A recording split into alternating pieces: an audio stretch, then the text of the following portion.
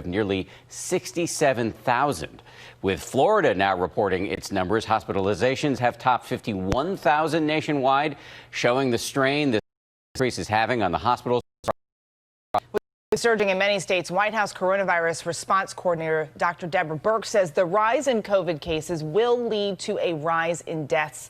Some states and cities are now rethinking and pausing their reopenings. Bars in Las Vegas have been forced to close as 7 counties in Nevada roll back to phase 1 because of a rise in infections. Texas Governor Greg Abbott announcing overnight that the U.S. Army is sending a medical task force to Houston to help with the city's COVID-19 battle. We have team coverage beginning with ABC's Trevor Ault right here in New York. Trevor, good morning.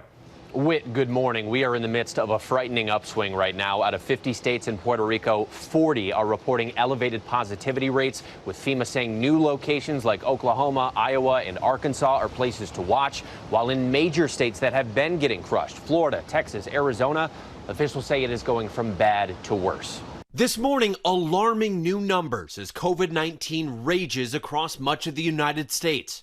An internal FEMA memo obtained by ABC News says 26 Arizona ICUs are at capacity and 13 hospitals have staffing shortages as the state now battles the highest number of new cases in the entire world. These patients are sicker than patients that we've seen, and they're sicker in a different way. With residents waiting hours for tests in 100-degree heat, a new appointment-only testing site in Tucson says it booked its first week of tests in 10 minutes. While in neighboring California, these surge tents constructed in El Centro to take on the crush of patients. We're having a war here on COVID. And with morgues full, refrigerated trucks have been brought in to store the bodies. In Florida, the 11,400 new cases Friday, just shy of a record high. New York now sending the state a day's supply of the drug remdesivir to help care for patients. Among those hit hardest, a South Florida family losing a brother and sister, both in their early 20s, their deaths just 11 days apart. It's not a game. Please wear your mask.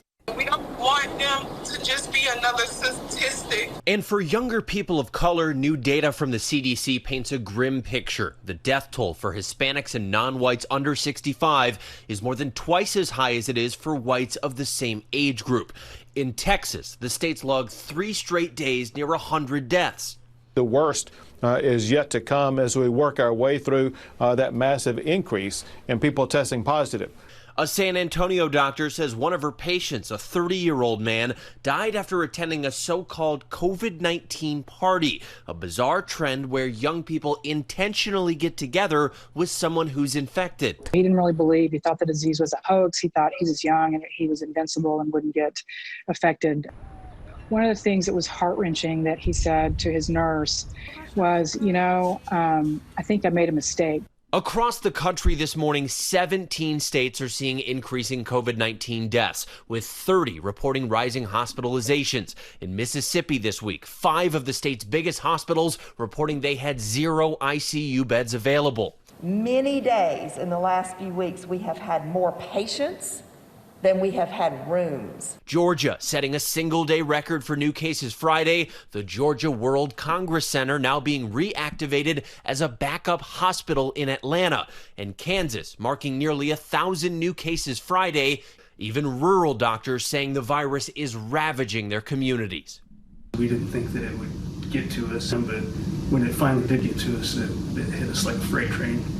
And as professional sports consider when and how to return, the NFL's Jacksonville Jaguars say they're going to be limiting their stadium capacity to 25% and making face coverings mandatory. The NFL is planning on having preseason games begin to be played in late August, but the Players Union has been pushing back against those plans.